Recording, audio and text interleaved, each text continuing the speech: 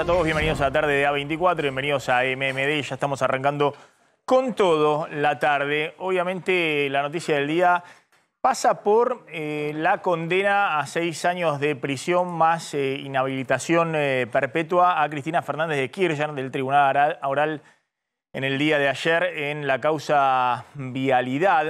Ya nos vamos a meter con ese tema porque ha generado obviamente gran repercusión y conmoción política. Y la definición de Cristina, tal vez en estado de emoción, no sé, quiero usar con cuidado las palabras, pero en un estado de ebullición interna, planteando que no va a ser candidata a nada, ¿no? Cuando venía en los últimos actos diciendo todo a su debido tiempo y armoniosamente, cuando la tribuna le reclamaba a Cristina 2023, ¿no? Pero se dirigió directamente a Héctor Mañeto, el CEO del grupo Clarín, su enemigo histórico, después del 2008, después de la crisis del campo, ¿no? Hasta entonces aliado del primer gobierno de Néstor Kirchner, y dijo: no voy a ser candidata a nada, no voy a estar en ninguna lista, no voy a ser candidata a nada, y eso ha planteado toda una redefinición desde el punto de vista de la política. Vamos a contar en un ratito también qué está pasando con los dólares libres que se están moviendo. Tenemos un contado con liquidación, el dólar para las empresas arriba de los 340 pesos de nuevo, el dólar bolsa arriba de los 330 pesos y un poquito más atrás también se está moviendo el blue, pero en un rato voy a contar por qué se están moviendo fuerte esos dólares libres, ¿no? El dólar para las empresas arriba de los 340 pesos, tocó 344 pesos hace un rato. No tiene que ver con Cristina, tiene que ver con los efectos secundarios, colaterales del dólar soja 2. En un ratito vamos a contar cómo está funcionando el dólar soja y el efecto colateral que tiene de presionar sobre la brecha cambiaria. Pero vamos a ver qué pasa en la calle en este momento, porque hasta hace un ratito había piquetes en la 9 de julio por el reclamo en contra de la baja de 20.420 planes sociales que dispuso en el día de ayer el Ministerio de Desarrollo Social. Tengo entendido que esto se está desactivando en este momento. Ahí está Diego Nicolás en la 9 de julio frente al Ministerio de Desarrollo Social. Diego. ¿Cómo te va, Maxi? Buenas tardes. Y parece una imagen inédita, ¿no? La 9 de julio y Corrientes con el tránsito normal. Bueno, esto es ahora, porque como decías hace un rato, esto estaba realmente complicado porque había distintos movimientos, muchos de ellos cercanos al gobierno, que habían llegado a realizar un acto aquí en Corrientes y 9 de julio. Habían ocupado prácticamente todas las arterias, inclusive parte del Metrobús. Estaban reclamando, por un lado, el tema de haberes atrasados, por otro, la posibilidad de un bono de fin de año, pero no quedó demasiado explícito cuál era el reclamo. Era un acto quizás que estaba organizado con tiempo y aprovecharon la ocasión de movilización para volver a levantar estas banderas, estos pedidos, estos reclamos, pero estuvieron aproximadamente 1 hora y media y después se fueron. Quedaron, sí, bueno, algunos signos de lo que fue la concentración de gente, un poco de basura en la calle, bolsas, envases y demás. Seguramente será limpiado en los próximos minutos, pero hay que decir, Maxi, que hasta ahora el tránsito ya está restablecido aquí en la 9 de julio, en la zona del Obelisco. Y está Luciana Arias en Aeroparque porque comienza un fin de semana largo y también hay un éxodo de la ciudad de Buenos Aires. Luciana, ¿qué tal? ¿Cómo estás? Hola Maxi, ¿cómo te va? Y la verdad es que es muchísima la gente que ha llegado hasta este aeropuerto en la ciudad de Buenos Aires, el aeroparque Jorge Newbery. Se estima que más o menos van a ser 160.000 los pasajeros que se van a mover en estos 4 días. En avión, por supuesto, los despegues desde aquí, desde este aeroparque. Si te parece, vamos hablando con algunos de ellos que están en preembarque ya a punto. Mira, hasta perritos vienen acá al aeroparque. ¿A dónde viajan? A Jujuy. ¿Vacaciones de 4 días? Sí. Bien. ¿Van a ver familia o turístico solamente? No, turístico. Sí, turístico. A descansar un rato. 4 días entonces de descanso. Sí. ¿Con quién viajas? Con Mara, mi novia. Muy bien, bueno, viaje entonces de novios. A ver, vamos a ver por acá. Chicas, ¿a dónde viajan? Ahora no. ¿A dónde viajan? Perdimos el vuelo. Ay, no, ¿a dónde iban? Nos íbamos a Corrientes. Ay, sí, recién estaban llamando hace un ratito y llegaron un poco tarde. Llegamos muy tarde, sí. Bueno. Así que estamos acá deprimidas. Bueno, paciencia. Bueno, son jóvenes y se lo toman así. Son jóvenes y se lo toman con calma. Te digo que ahora acaban de salir varios vuelos. Había uno que iba justamente a donde iban las chicas, a Corrientes, después uno a Bariloche también y otro a Comodoro Rivadavia que ya embarcaron. Así que ahora ves un poquito menos de gente que hace unos minutos atrás, pero la verdad es que el movimiento es fluido, es constante. Y bueno, nada, un poco ese es el panorama que se está dando acá. Vos avísame, Maxi, si querés que sigamos conversando con la gente. Acá hay uno que se está yendo a Mendoza también. Estamos en la zona de lo que son los vuelos más económicos, si se quiere, o sea, las empresas más low cost. Y después, un poquito más allá, están los pasajeros de Aerolíneas Argentinas, donde hay, en este momento, puntualmente, evidentemente, menos tránsito también. Luciana, Maxi, decime si querés que sigamos conversando con gente. Sí, volvemos en un ratito, Dale, porque okay. me quiero meter en el tema del día, que es la condena a Cristina, su definición política. Pero ya vuelvo con vos en un ratito. Ahí está Luciana Arias en Aeroparque.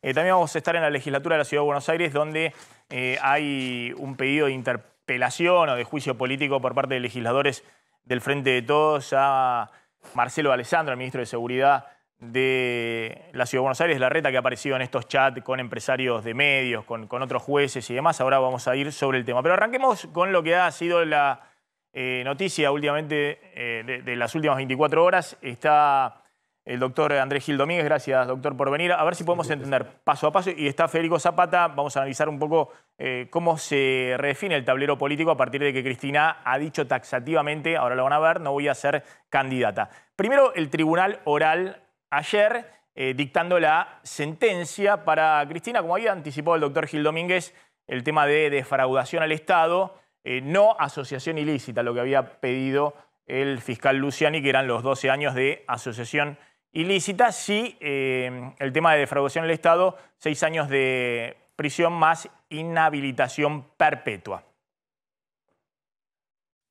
Condenar a Cristina Elizabeth Fernández de Kirchner a la pena de 6 años de prisión, inhabilitación especial perpetua para ejercer cargos públicos, accesorias legales y las costas del proceso, por considerarla autora penalmente responsable del delito de administración fraudulenta en perjuicio de la administración pública. Ahí estaba el fallo del tribunal oral. Ahora vamos a analizar con el doctor Gil Domínguez. Cristina sale inmediatamente en una transmisión de YouTube que levantan distintos canales, en su canal personal de YouTube, y en una larga transmisión reacciona frente al fallo. Dice que la condena a la mafia judicial y un Estado paralelo. Mirá. Esta es una condena que tiene su origen en un sistema que yo muy casi ingenuamente diría, en aquella vez el 2 de diciembre del 2019, hablé de lawfare. Ahora últimamente he también rescatado el concepto de partido judicial, tal vez por una suerte de deformación juvenil, muy lectora, muy de teorizar, muy de analizar. Y esto es mucho más simple, esto no es ni lawfare, ni partido judicial, esto es un Estado paralelo y mafia judicial. Y después, Cristina, tal vez en el momento más entretenido, al menos el que acaparó el momento cúlmine, ¿no? Cuando va increciendo como si fuera en una película la tensión del espectador, cuando habla de Mañeto, de sus mascotas, de que ella no va a ser mascota de Mañeto, que en realidad Kirchner sí le entregó al grupo Clarín la fusión multicanal Cablevisión, pero cuando venían por Telecom ella se resistió y después fue Macri el que le entregó Telecom al grupo Clarín y que no va a ser candidata el año que viene. ¿Y saben qué? Voy a hacer lo mismo que hice el 10 de diciembre del 2015. Me acuerdo cuando Daniel Scioli me vino a proponer que fuera candidata a diputada nacional para darle fuerza a la lista, para acompañar. No. No voy a someter a la fuerza política que me dio el honor de ser 2 veces presidenta y una vicepresidenta a que la maltraten en periodo electoral con una candidata condenada, con inhabilitación perpetua, con administración fraudulenta por el Estado, a mi administración fraudulenta por el Estado y a estos, los amarillos, que nos dejaron 45.000 millones de dólares con el Fondo Monetario Internacional, se pasean orondos en los aviones de Clarín. Bueno, no voy a ser candidata. Es más, una muy buena noticia para usted, Manieto. ¿Sabe por qué? Porque el 10 de diciembre del 2023 no voy a tener fuero, no voy a ser vicepresidenta, así que le va a poder dar la orden a sus esbirros de la Casación y de la Corte Suprema que me metan presa. Sí, pero mascota de usted, nunca, jamás, ¿entiende? Nunca, jamás. No voy a ser candidata a nada, ni a presidenta, ni a senador. Mi nombre no va a estar en ninguna boleta. Termino el 10 de diciembre y me vuelvo como me volví el 10 de diciembre del 2015 a mi casa, a la misma casa de donde salí un 25 de mayo del 2003 para acompañar a quien fuera mi compañero. Ahí está Cristina Fernández de Kirchner. Ahora vamos a analizar con Florencia, con Candelaria, con Federico Zapata el plano político. Pero, doctor Gil Domínguez, ¿cómo es el fallo? A ver, ¿cuál es el punto principal del fallo? En todo caso, la condena y los argumentos. El punto principal del fallo es que de los dos delitos que la acusaban, por uno la absuelven, que era asociación ilícita, y por otro la condenan, que es a defraudación contra el Estado. Le aplican el máximo de pena, le aplican la inhabilitación perpetua, que es una accesoria que está prevista legalmente, le aplican también el decomiso solidario de una suma importante. Lo que pasa es que los fundamentos no están todavía. ¿Un decomiso solidario por cuánto? Por 84.000 millones de pesos. 84.000 millones de pesos, que es lo que calcula el tribunal, ha sido el perjuicio fiscal. El perjuicio fiscal más las actualizaciones correspondientes que se deben aplicar según la tasa de interés que corresponda al momento del efectivo cobro. Lo que pasa es que no están los fundamentos todavía. Esto me parece que es un error gravísimo por parte del tribunal, de estrategia, de legitimidad. Recién lo vamos a conocer el 9 de marzo, pero en un resumen ejecutivo bastante breve han dicho o han de una manera manifestado que la prueba que han tomado para condenar a la vicepresidenta es que, habiéndose probado la defraudación por sobreprecio, por cartelización de la obra pública a favor de Lázaro Báez en el ámbito provincial, la vicepresidenta fue autora porque, ocupando el cargo que ocupó, omitió, y habiendo tomado conocimiento y habiendo tomado estado público esta situación, omitió evitar la comisión de este delito y a su vez tuvo en este periodo relaciones comerciales con Lázaro Báez que hacen presuponer que esas relaciones comerciales le hacían participar de los beneficios de la defraudación que se había generado. Va a ser muy importante conocer los argumentos porque esto se llama prueba indirecta. La prueba directa es la que condena a Lázaro Báez.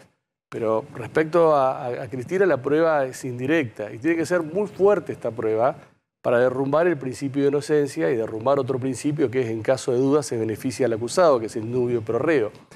Y mucho más cuando a Devido se lo absolvió justamente basándose en el indubio pro reo. Ministro de Planificación. Ministro de Planificación, que era también parte de todo ese engranaje en el cual omitió realizar los controles respectivos para evitar la defraudación. Entonces, va a estar muy interesante leer la argumentación del tribunal para ver si es razonable, para ver si no es arbitraria, en cuanto a cómo justifica que a Devido se le aplique la presunción de inocencia y el indubio pro reo, y a Cristina no se le aplique las mismas garantías con la misma intensidad, habida cuenta que ambos participaban de un sistema institucional que omitió realizar los controles.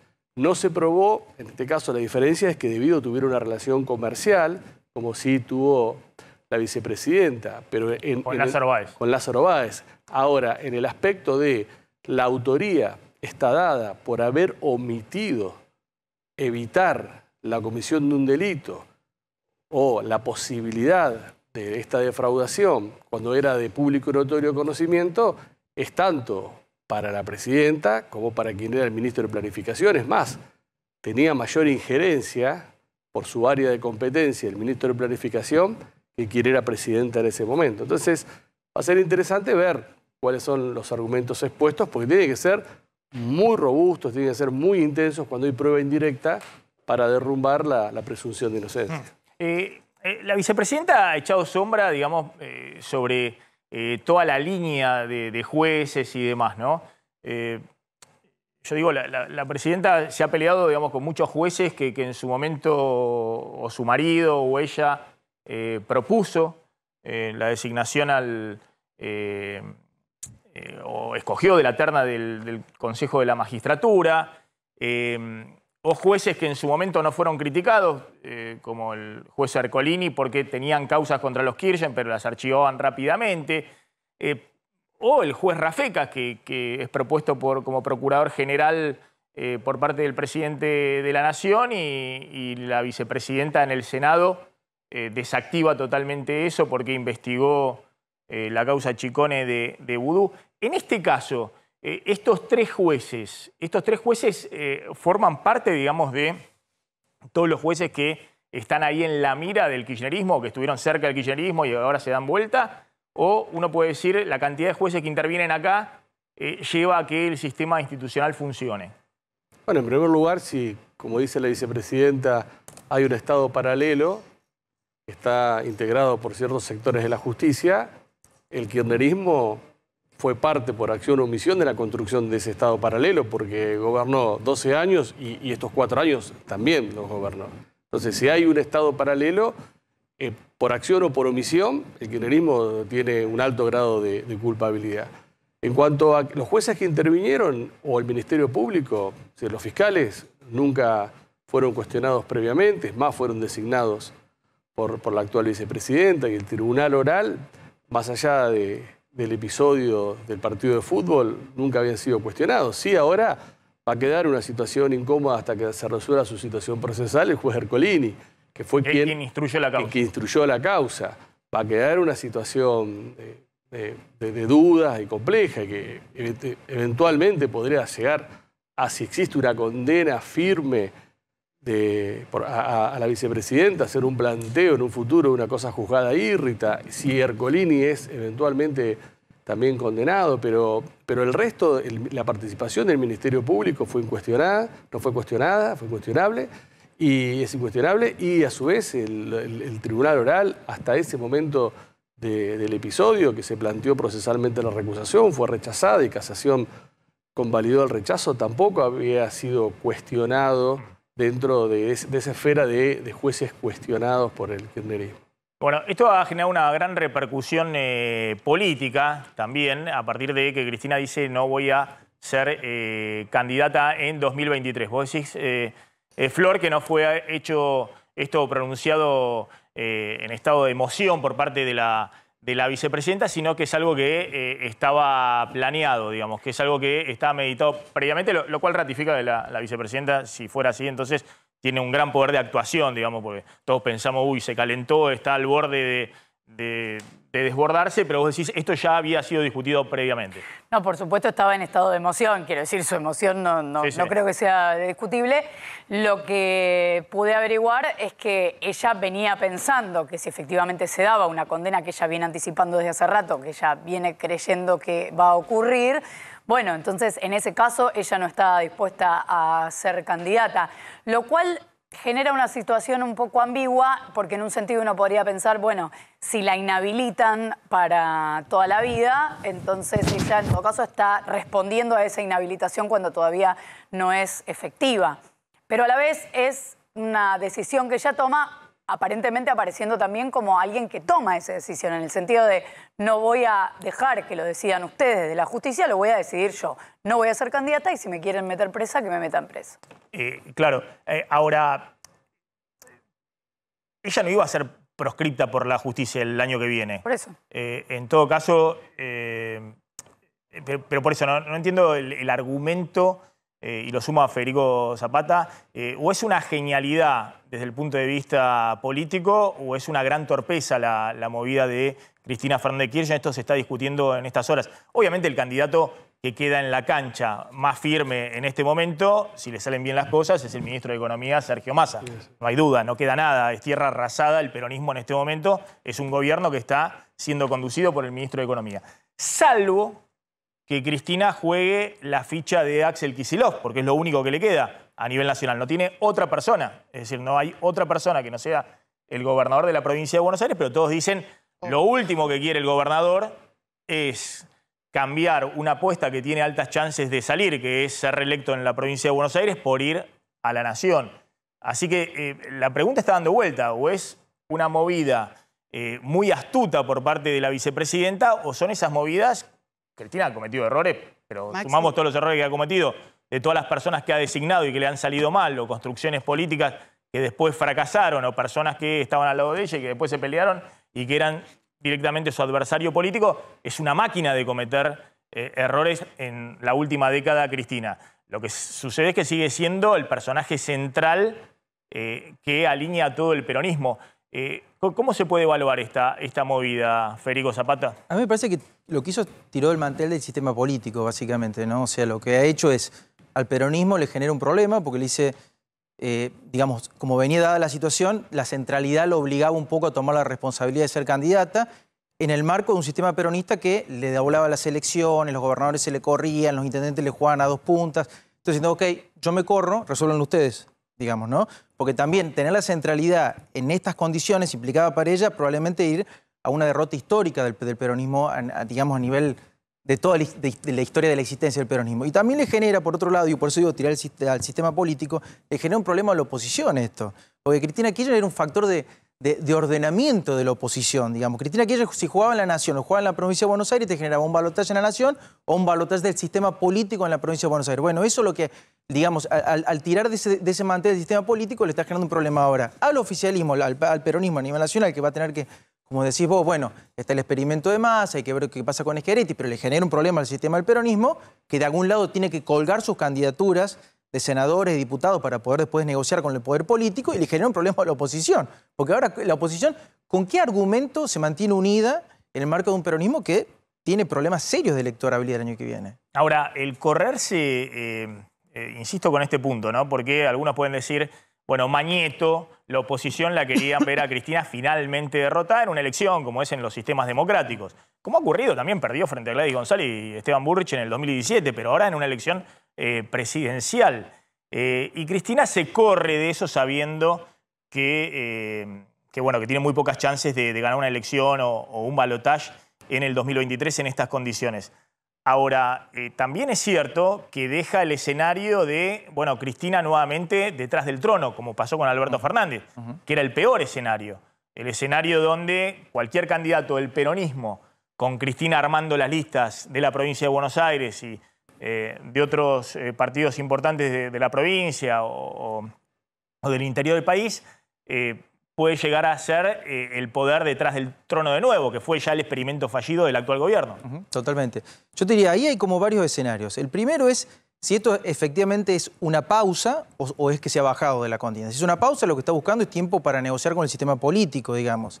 Y en ese marco, si no es una pausa, lo que hay que entender es si ella va a construir una fuerza más digamos, un estilo de Podemos, algo más faccioso, si va vos lo nombraste ahí al ministro, al gobernador de la provincia de Buenos Aires, que podría ser una vía.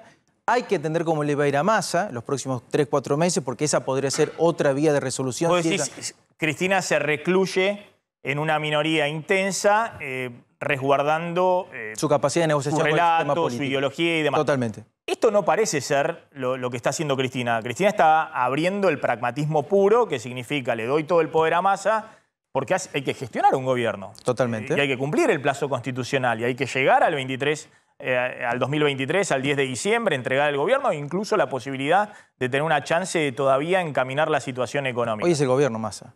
Claro, pero es Cristina. Sí. Es Cristina que lo avala en todo ese curso de acción. Lo que pasa es que la competitividad de Massa depende de cómo le vaya en los próximos meses, digamos, ¿no? Hoy es una apuesta al poder. ¿Tiene la chance, Cristina, de en algún momento desconocer todo este curso de acción y recluirse en un relato más, Mira, si quiere, de centroizquierda? Nosotros cuando medimos escenarios electorales de paso, con Cristina dentro del Frente de Todos en una paso, o con Cristina afuera, con Cristina afuera, con distintos escenarios, te cae 10 puntos el Frente de Todos. Entonces hoy digamos, la centralidad no es una camiseta que se saca y se pone. La centralidad es la centralidad. Entonces, digamos, efectivamente lo que hay es una apuesta al poder y esa apuesta al poder se llama Sergio Massa. Ahora, Sergio Massa necesita resultados para poder recuperar la relación con la sociedad, que es lo que tiene perdido. Eso es lo que vamos a ver los próximos meses, ¿no? Ahora, las apuestas son o una Cristina, digamos, que construye una fuerza más, digamos, al estilo Podemos, o una Cristina efectivamente que, como decís vos, digamos, que se recuesta sobre una apuesta más pragmática de Massa. Eso va a depender de la capacidad que tenga Massa o no de... No, digamos, a mí lo que me impresiona mucho es que Cristina siempre con esa idea de reconstruir nuevamente la posibilidad de poder ser candidata, lo hizo ella esto, este último tiempo. Fueron todos en peregrinación a mostrar su rendición frente a Cristina y a pedirle que sea candidata en distintos actos. Sí, pero fíjate que... De alguna manera disciplina a todo el peronismo, incluido el propio Massa, a todos los tiene. Ahora, se corre ella, dice taxativamente no voy a ser candidata. Y bueno, va a aparecer lo que aparece siempre en el peronismo, que es Massa ha ratificado en reuniones con empresarios, no voy a ser candidato en el 2023, me voy a tomar un tiempo, después quiero ver en el 2027, yo quiero nada más que encaminar la situación, pero obviamente ahora empieza el operativo clamor con Massa, de los gobernadores, de los intendentes que ya están todos armando y operando para pedirle a Massa que revea esa situación. Y después lo que van a aparecer gobernadores del peronismo que van a decir yo también quiero ir a una interna y quiero ser candidato y demás.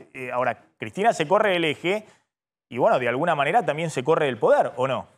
Bueno, por eso yo digo, hay que entender si es una pausa, eso lo vamos a ver los próximos meses, o si se está corriendo. Si se está corriendo, probablemente lo que tengamos, como decís vos, si a Massa le va bien, es una corrida política, no de mercado, una corrida política hacia Sergio Massa. Si a Massa no le va bien, se abren las opciones subnacionales, digamos. Está la opción de Córdoba, está la opción de San Juan dando vuelta, digamos. Pero lo que hay que entender es si efectivamente esto es una pausa de Cristina para negociar y reposicionar su estrategia o si se está corriendo el sistema político. A uno le cuesta creer de que Cristina se vaya a correr el sistema político porque, digamos, una centralidad de 20 puntos que tiene hoy. Está bien, no es la gloria, no es el 2010, pero sigue siendo un actor muy relevante. Los políticos normalmente no se retiran y uno cree más en lo que hacen que en lo que dicen. Entonces, vamos a ver los próximos meses cómo esa dinámica se va dando. Candelaria. No, te decía, Maxi, que ella se cuidó mucho cuando hubo el operativo Clamor, montado más bien desde la Cámpora. Ella nunca dijo voy a ser candidata. Y antes del fallo de ayer, antes de esta declaración pública que claramente no fue una decisión tomada sobre el pucho, sino algo que ella venía pensando, hubo un montón de datos de encuestas que la daban muy por debajo, que pueden haberle llevado a tomar esta decisión, de decir, aprovecho esta oportunidad y le endilgo a la justicia y a quienes ella aseguran que están detrás de este fallo la responsabilidad de que yo no pueda ser candidata cuando en realidad lo que hay es una baja importante en la medición de las encuestas de ella como candidata. Pero ella sí debe ser, y de hecho, tanto en Casa Rosada como en el Instituto Patria, en los distintos ámbitos donde circula el poder del peronismo hoy, dicen que ella es la líder reconocida y no se puede sin ella. Ahora volvemos sobre el tema y vamos a ver cuáles han sido las reacciones en el oficialismo y la oposición. Han salido todos con declaraciones y a tuitear en las redes sociales a tomar posición, pero insisto con este punto, Cristina no iba a definir su candidatura, ¿se acuerdan del no se hagan los rulos? Jamás definió la candidatura un año antes, siempre la candidatura cuando definió en 2019 la candidatura de Alberto Fernández, lo hizo en mayo, es decir, cuando ya entra el año electoral. Lo que acá sorprende es que Cristina disipa una de las incertidumbres que había, que era la posibilidad de que ella fuera candidata, más allá de que había muchas señales que decían ella no quiere ser candidata, pero no solamente porque ir de candidata es ir a perder la elección, sino porque sabe que no puede gobernar, porque ella misma planteó el esquema en 2019 con Alberto Fernández, porque imagínense la Cristina hoy negociando con el Fondo Monetario en Washington como está haciendo Massa, o anunciando un acuerdo de intercambio de información con Estados Unidos, o anunciando el dólar soja 1 y el dólar soja 2 siendo presidenta. Entonces, Cristina no podría gobernar como en su momento gobernó. Sería un cambio de 180 grados, por lo cual no tiene ningún sentido que sea candidata, aún ganando la elección.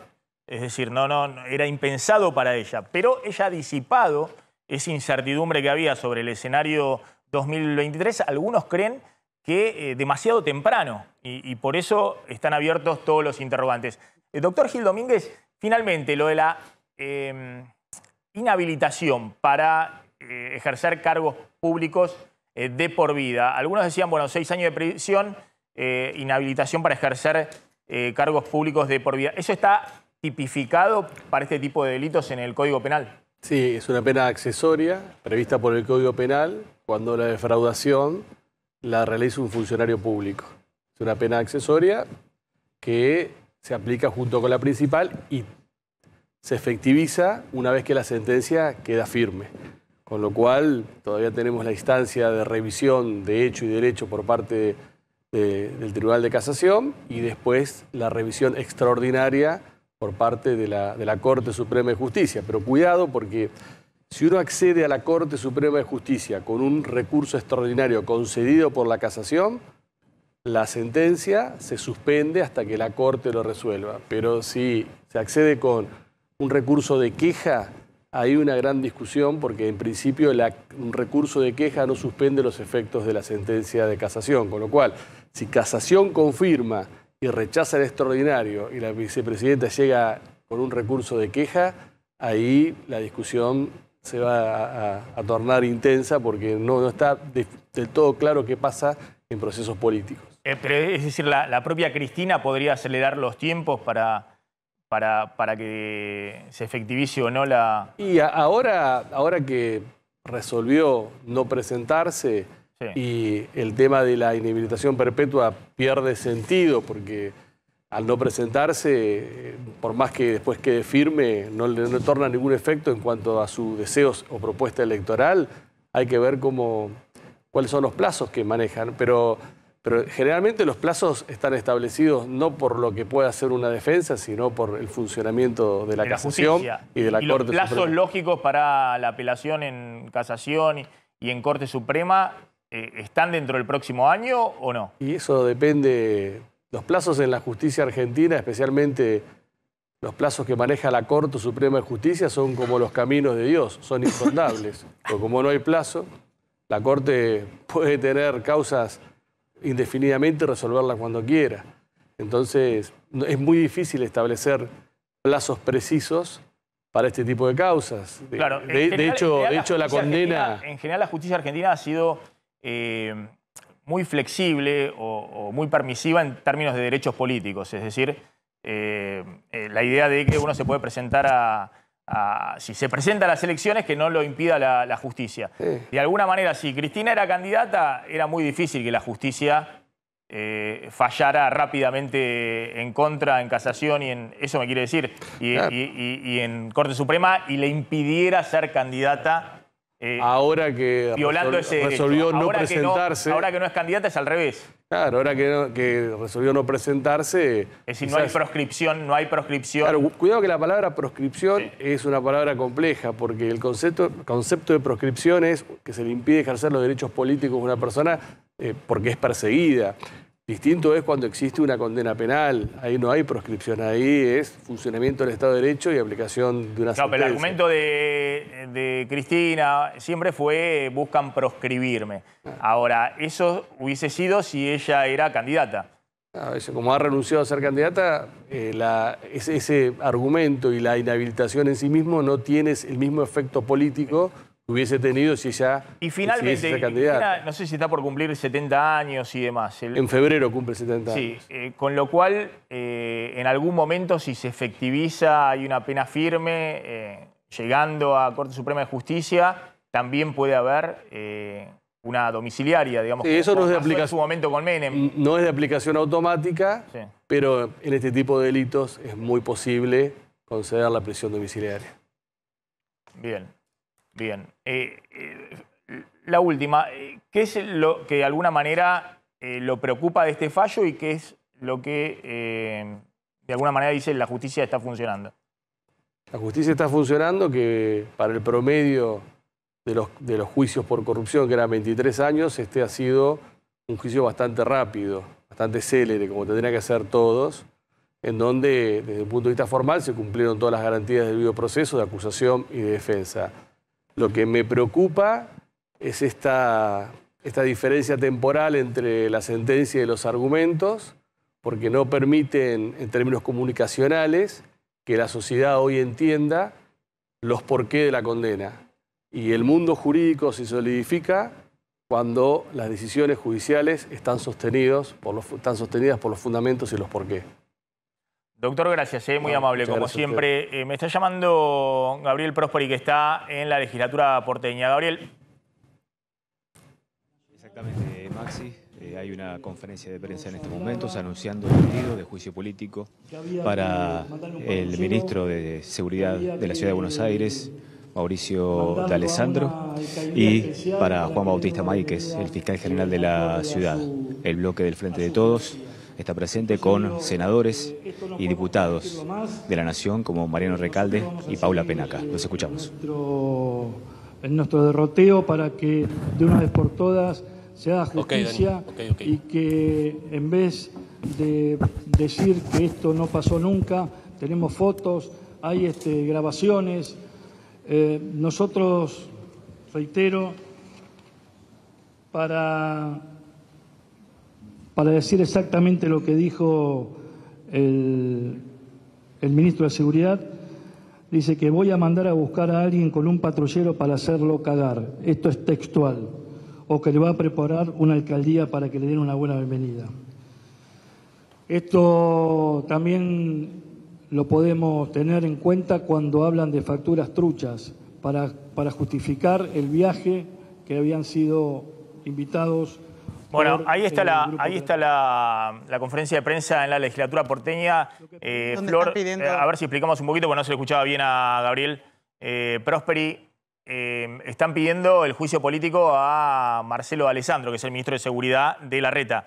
Y al jefe de los fiscales, a Máiquez, porque es parte de lo que solicitó el presidente de la Nación el otro día en su cadena nacional, que se inicien las actuaciones correspondientes, no solamente para los jueces federales que viajaron a la Patagonia, que viajaron a la casa de Joe Louis, sino también para los funcionarios porteños, en este caso el jefe de los fiscales, Máiquez, y el ministro de Seguridad de la ciudad, Marcelo D'Alessandro. Bien.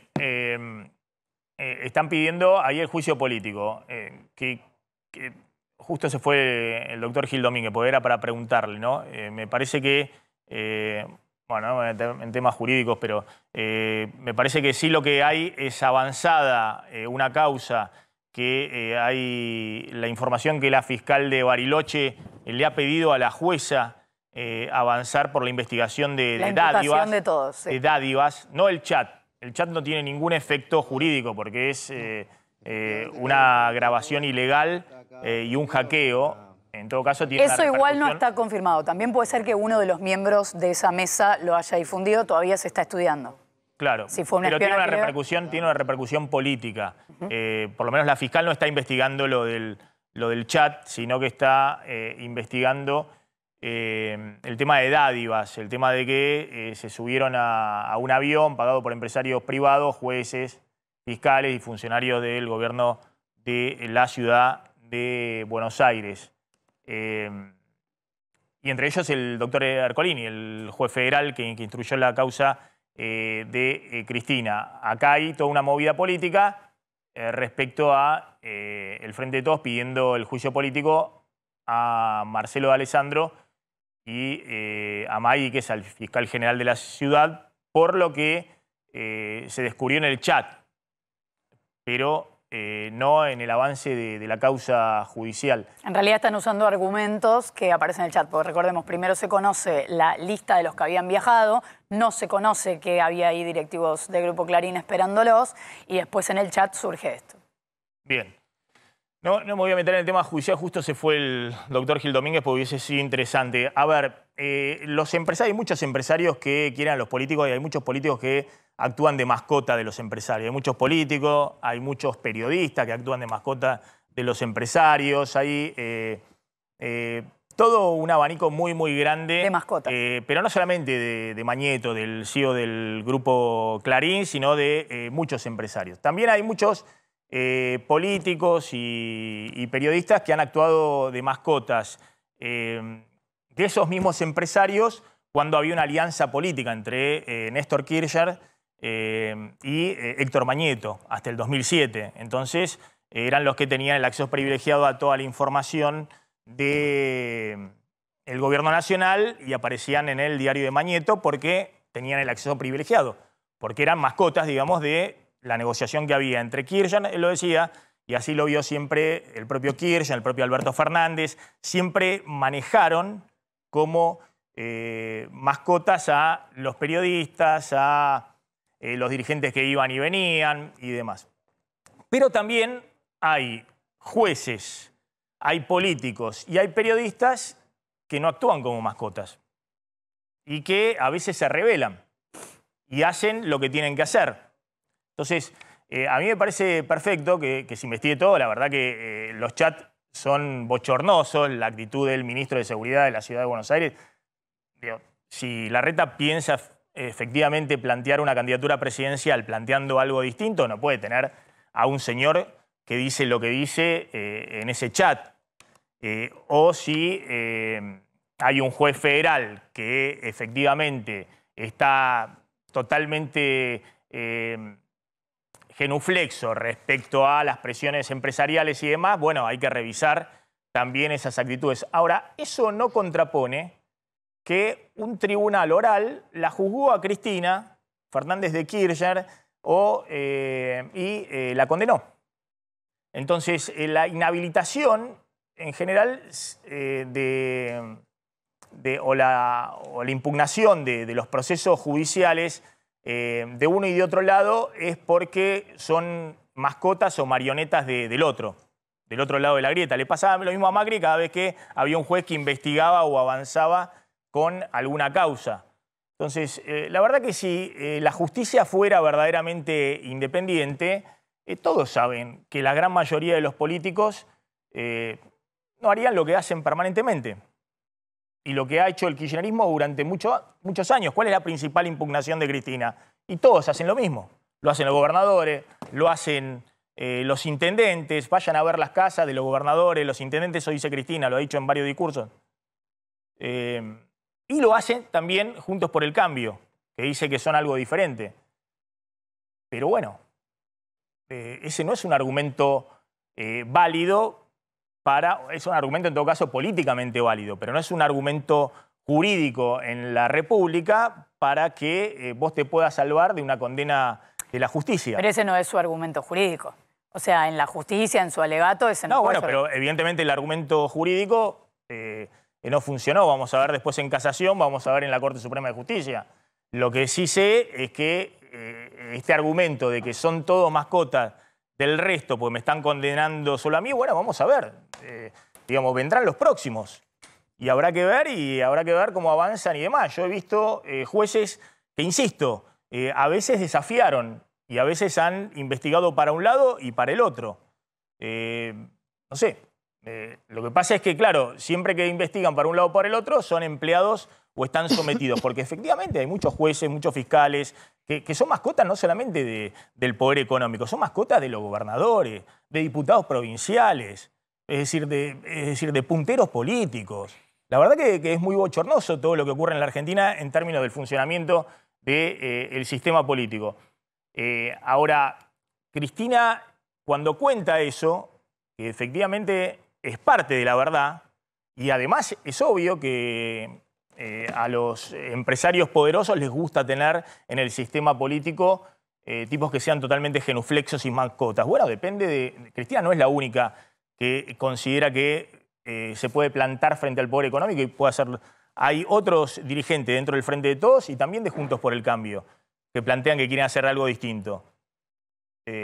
Algo distinto quieren ser ellos los que conduzcan el proceso político. Otros también quieren ser dueños. Es decir, que además de querer ser los que conducen el proceso político, quieren enriquecerse ellos desde la política, ¿no? Lo que siempre se le achacó a Kirchner. Que Kirchner quería ser dueño de sus decisiones políticas, pero además ser dueño, lo que dice Jorge así, fenómeno recaudatorio. Entonces, no es todo tan simple. Están de un lado los malos y yo soy bueno. Y al revés, lo que publican los medios que enfrentan al kirchnerismo, ¿no? Ahí está la lacra de la política argentina y del otro lado es un sistema impoluto. La situación es mucho más compleja, pero bueno, me parece que también es difícil explicarlo porque los problemas de la sociedad hoy pasan por otro lado. Es decir, si Cristina hubiese resuelto los problemas económicos que dejó el gobierno de Macri, está claro que hoy estaría en otra situación política, judicial, en todo sentido. O tal vez no, tal vez habría jueces que correctamente investigarían, pero sí estaría en otra situación política. Si Macri hubiese resuelto los problemas económicos que dejó Cristina, bueno, seguiría gobernando. Ahora, los problemas están permanentemente dando vuelta y eso es lo que pide mayoritariamente la sociedad. Resuelvan los problemas económicos. Planteen un rumbo, no empobrezcan cada vez más a esta sociedad. Y yo creo que esa es la principal debilidad que tiene hoy Cristina. Cristina está con una agenda que se ha quedado minoritaria. Es una agenda que cada vez le importa menos a toda la sociedad.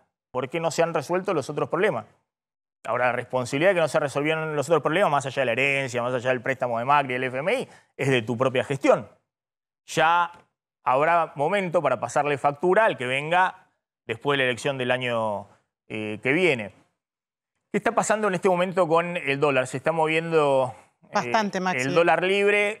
Estamos viendo que se han despegado y creo yo que tiene que ver en parte con el efecto colateral el efecto secundario del dólar soja.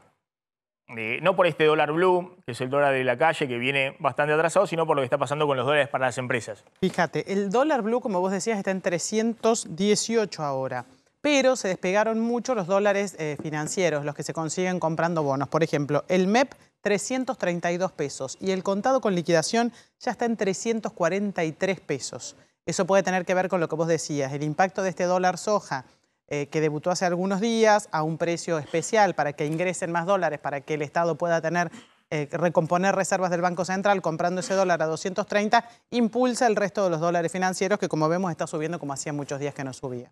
Bueno, está Ariel Esbar, que es un hombre de las finanzas, del sistema financiero. Ariel, gracias por atendernos, muy amable. Maxi, ¿cómo estás? Buenas tardes, ¿qué tal a todos? Bueno, ¿qué estás viendo, no? Nosotros estamos analizando con el economista Amílcar Collante de que, bueno, el Banco Central ha acumulado en la última semana más de 600 millones de dólares netos, es decir, netos de lo que pagó de importaciones. Y lo ha hecho gracias al dólar soja, es decir, el Banco Central compra dólares a 230 pesos y vende dólares a los importadores a 170 pesos hoy. El resultado neto dio que acumuló más de 600 millones de dólares y que emitió para eso unos 170.000 millones de pesos, es decir, pesos que salieron y que están dando vuelta.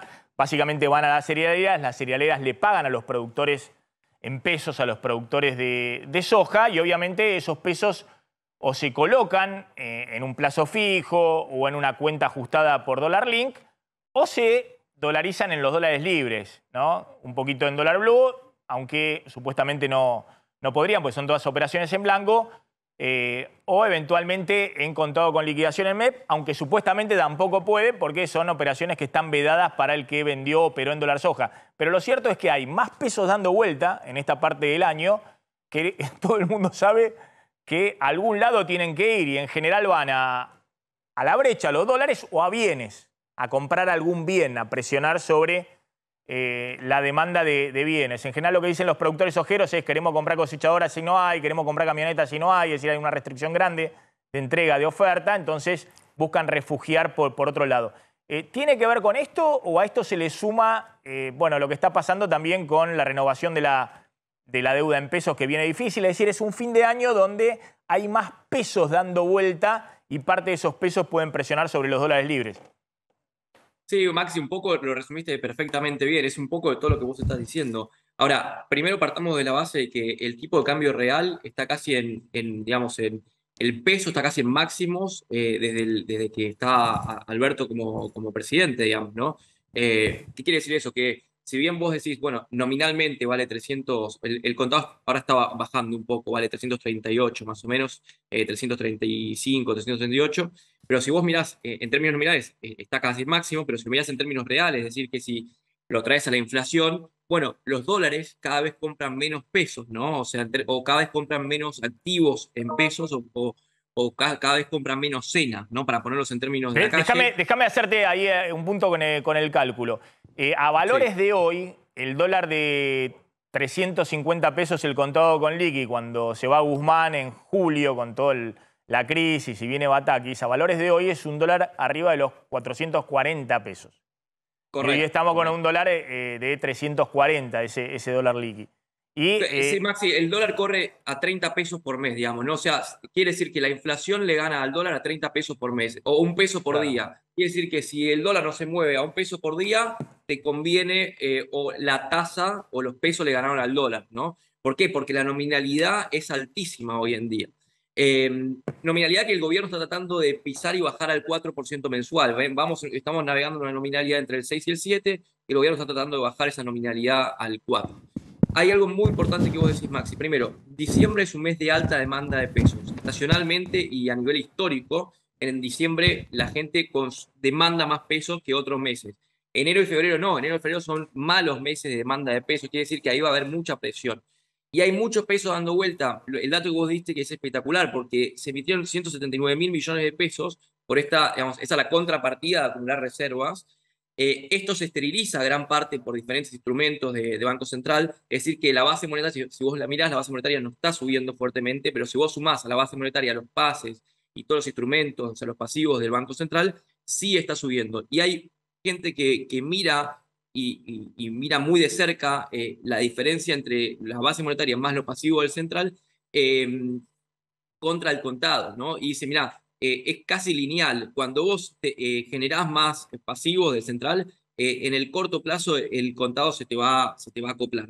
Diciembre es un gran mes para el peso porque hay mucha demanda. El problema va a estar en enero y febrero. Y se le agrega una cosa más, Maxi. El Central estuvo comprando muchos activos del Tesoro en el mercado secundario. Es decir, que puso más pesos todavía en circulación, porque cuando compra un bono en pesos es del otro lado, hay un inversor que está vendiendo ese bono, se hace los pesos y con esos pesos puede ser que sean empresas que tienen que pagar ahora a fin de año sueldos y medio aguinaldo o el plus por vacaciones, pero también pueden ser empresas, inversores que directamente quieran dolarizarse.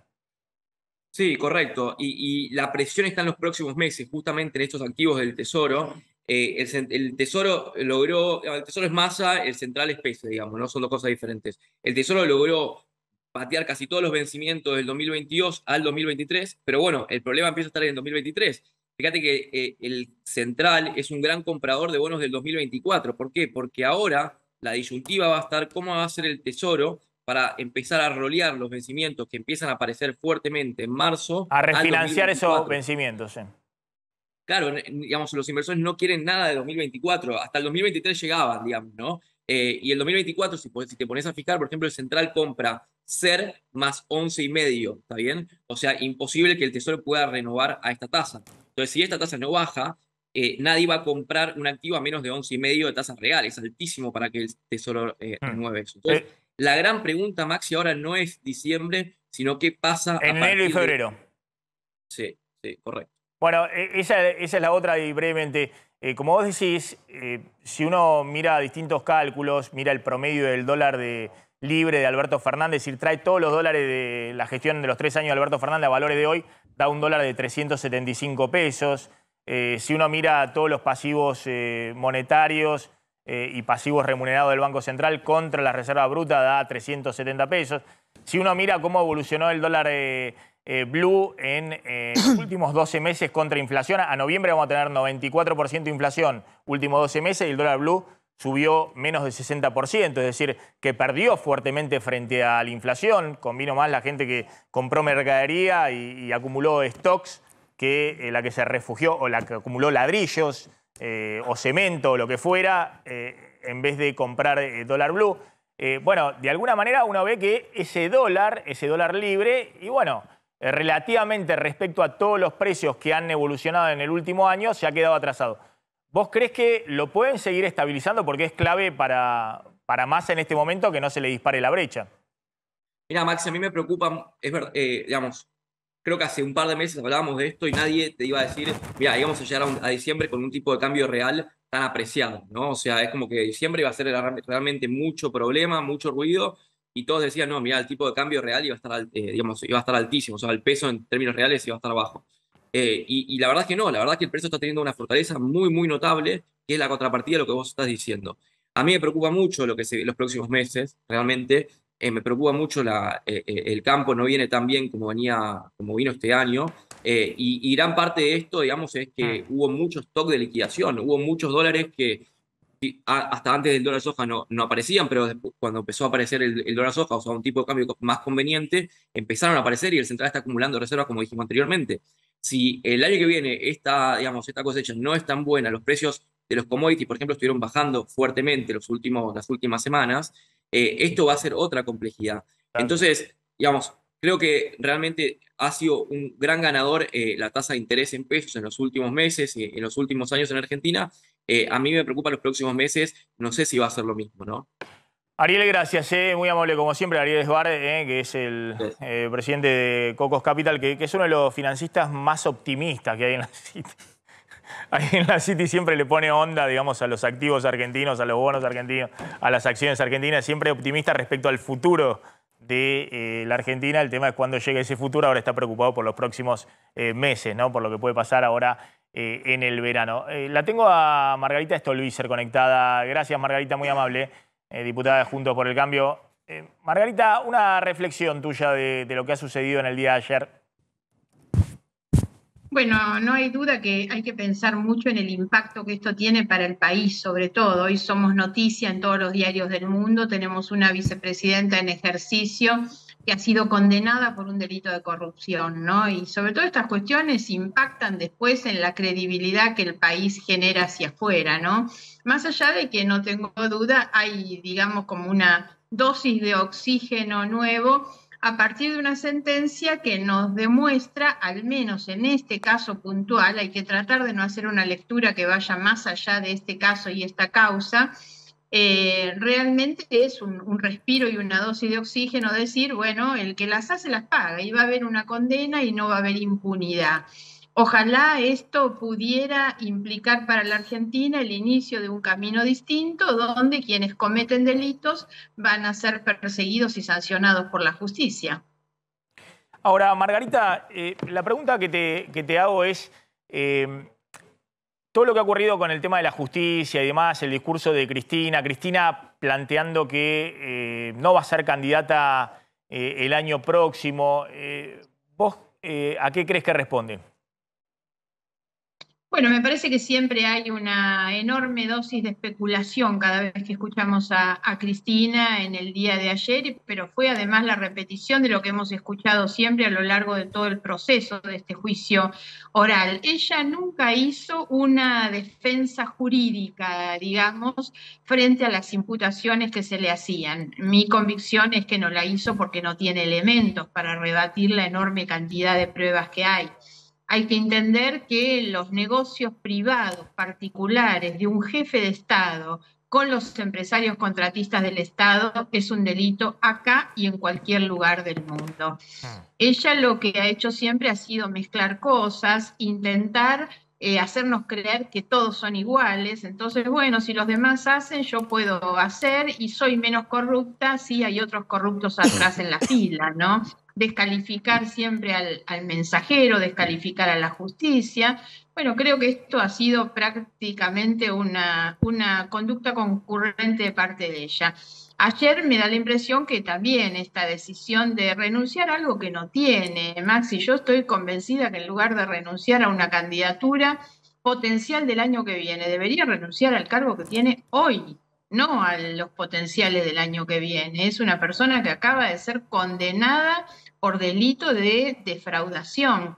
La pena que se le aplicó, que el tribunal aplicó, es la más alta para ese tipo de delito, ¿no? Más un embargo por 84.000 millones. Esto da cuenta de la dimensión, del volumen de los negocios que esta gente manejaba y la inhabilitación. Es lo suficientemente grave como para que ella decida someterse a la justicia, pedir perdón, entre otras cosas, y bajarse un poco de ese pedestal en el que se ha puesto ella misma. Margarita, Candelaria de la Sota la saluda. ¿Cómo está? Hola, ¿qué tal? Patricia Bullrich dijo por Twitter que será justicia cuando Cristina Fernández de Kirchner devuelva lo robado y vaya presa y que mientras tanto hay que seguir alertas. ¿Usted cree que la sentencia, el fallo de ayer, es el principio, como decía al comienzo, de una nueva etapa en la Argentina, o efectivamente es preferible esperar a ver que esta causa avance y siga, si es así, en la Cámara y en la Corte para poder verlo tan claramente? Sí, yo creo que hay que esperar, es sin ninguna duda un paso adelante muy, pero muy importante, es una cuota de oxígeno que nos da aliento y esperanza respecto de que hay una justicia que no está sometida al poder y que está dispuesta a actuar de manera independiente. Como ustedes saben, yo conozco bastante del contenido de la causa y por eso siempre estuve convencida del resultado y siempre he dicho cuando me preguntan, y bueno, ¿va a haber justicia, va a haber condena? Sí, porque los delitos se cometieron y las pruebas de los delitos están. A mí me preocupa a veces cuando hay un elevado nivel de tolerancia social y también muchas veces en distintos medios y periodistas, colegas de ustedes que dicen, no, pero faltan pruebas, como si en la corrupción en realidad fuéramos a encontrar un video, una cosa firmada. Sabemos perfectamente que la corrupción va por otro carril. Y ayer lo que escuchamos de los jueces del tribunal, entre otras cosas, fue fundar esta pena que se ha fijado ya no solo en el Código Penal, sino también en las convenciones internacionales de derechos humanos de lucha contra la corrupción. Creo que fue focalizado ahí y me parece que no hay que dejar de mirar eso. Es una condena por corrupción a una funcionaria hoy en ejercicio. Margarita, finalmente tengo una pregunta respecto, a ver, yo sigo insistiendo que todo el tema del lawfare de Cristina y demás, me parece que es un argumento de supervivencia política. Pero hay cosas que Cristina cuenta que verdaderamente son ciertas en nuestro sistema político, la convivencia con los empresarios, empresarios muy poderosos, de medios de comunicación, de distintos sectores que toman a los políticos como mascotas, como empleados. También a algunos periodistas, o a muchos periodistas. Por eso me gustaría un poco una reflexión respecto a lo que se ha visto, que parte de un hecho ilegal, muy probablemente, que es este tema de un chat, de un hackeo al teléfono del ministro de Seguridad. Pero ahí se revela una actitud, ¿no? No quiero llamar de complicidad, porque no estamos hablando ahí de un delito en sí, pero de un manejo entre empresarios, jueces, un funcionario del gobierno de la ciudad que dice, pero me deschavó el de la Policía de Seguridad Aeroportuaria, le pide a uno de los jueces que dicte algún tipo de fallo, así manda a un patrullero de la Policía de Seguridad. Es decir, un tono en el cual se manejan que vos sabés que es muy extendido, digamos, en la Argentina, ¿no? Entre todos los sectores. Me gustaría un poquito una reflexión respecto a eso, ¿no? Porque una cosa es una cosa y otra cosa es otra cosa. Digamos, una cosa es el fallo de Cristina, lo que pasa es que Cristina quiere mezclar todo. Ahora, eso no significa que efectivamente no haya políticos que sean mascota de los empresarios, o periodistas que sean mascota de los empresarios, o que haya una connivencia entre jueces que reciben órdenes o que van de acá para allá. Ni qué decir después todo lo que ha ocurrido en la Argentina con el juez Ollarvide o el juez Canicova Corral jubilándose como la ley manda, ¿no? Entonces, me gustaría una reflexión respecto a lo que ha ocurrido con todo este chat affair. Sí, primero me quedo con tu frase, que fue una muy buena definición. Una cosa es una cosa y otra cosa es otra cosa. Y en realidad lo que Cristina ha intentado siempre como parte de una estrategia defensiva es decir, todos somos iguales, estamos todos en el mismo lodo. Y yo creo que esa mezcla de cosas, de causas, de personas, de hechos, obvio que a ella no le sirve nada y lo único que hace es demostrar la degradación institucional que nosotros tenemos. Yo creo que lamentablemente lo que vos planteás es el reflejo un poco de una sociedad que ha ido aprovechando en gran medida también la grieta, la polarización, por supuesto, porque todo esto termina sirviendo a estas causas que se encubren o se esconden atrás de estos comportamientos. Yo insisto desde hace mucho tiempo que es necesaria una reforma del sistema de justicia, no tengo duda. Ahí se cortó, ahí Margarita. Tenemos un problema con el... Tenemos un problema ahí con el audio. Bueno, se nos cortó ahí. Margarita, a ver si podemos retomar, que justo estaba planteando algo. Ahí está, Margarita, te escuchamos. Sí. Sí, perdón.